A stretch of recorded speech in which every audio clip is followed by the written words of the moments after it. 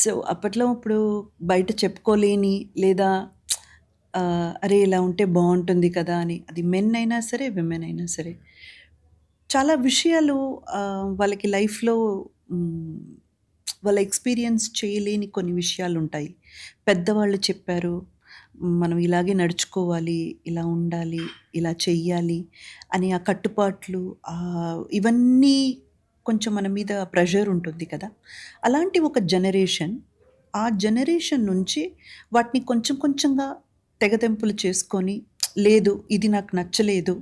నచ్చలేదంటే నేను నచ్చలేదని చెప్పొచ్చు. చెప్పే హక్కు నాకు ఉంది.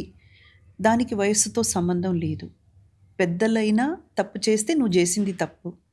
పెద్దలైనా మనకు చెప్పినప్పుడు మనకు నచ్చకపోతే ఇది నాకు నచ్చలేదు అని చెప్పే హక్కు మనకుందని తెలుసుకున్న జనరేషన్. తెలుసుకున్న విషయాలన్నిటిని పటాపటా మొహం మీదకి చెప్పేసే జనరేషన్. అంతే డిఫరెన్స్.